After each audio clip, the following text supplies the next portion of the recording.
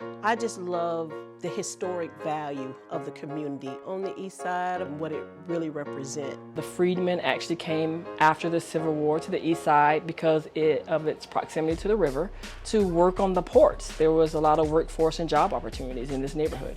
So it's great, rich history, hardworking African Americans that established their families, they ran their homes, they ran their businesses, they made enough money to send their kids to college.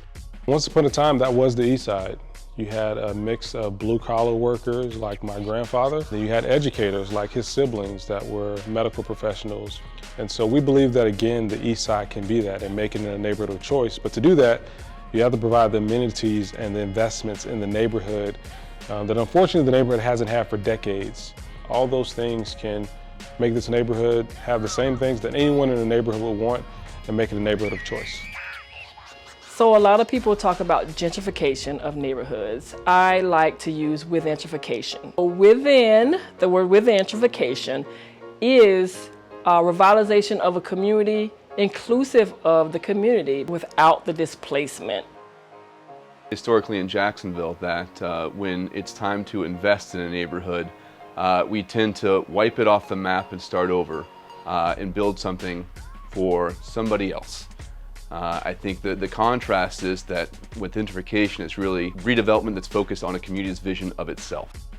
With Historic Eastside Community Development Corporation serving as that voice for the East Side, a lot of the projects is really bringing the neighborhood for the whole city to see what rich culture that we have here and the growth potential of the East Side, especially being connected to the entertainment corridor. The East Side is now getting the recognition that it needs and getting the tools that it needs to continue to be a thriving African American community.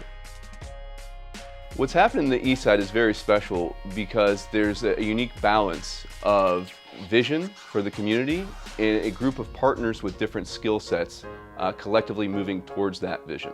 The Community Foundation was the first organization when we started this work to come in and give us a larger amount of funds for capacity building, enough to actually hire someone to do this work. Traditionally, there have been other organizations that started this work, but they couldn't continue because it was always on a volunteer basis. So Lift Jacks, our mission is to eradicate generational poverty. We do that by raising capital. So 3 parts of capital: relational capital, intellectual capital, and fiscal capital. We want to bring those things to the table in a concentrated space for strategic investments. And so that could be investments in housing, that can be investments in bringing a grocery store back to the neighborhood, that can be investments in the park, but it comes from raising the capital to make those projects happen. And the work that the city does, the investment that the city puts into these communities are like a love letter. Most low-income communities, residents feel that no one cares for them, and so that carries within them and it greatly affects how they go through life.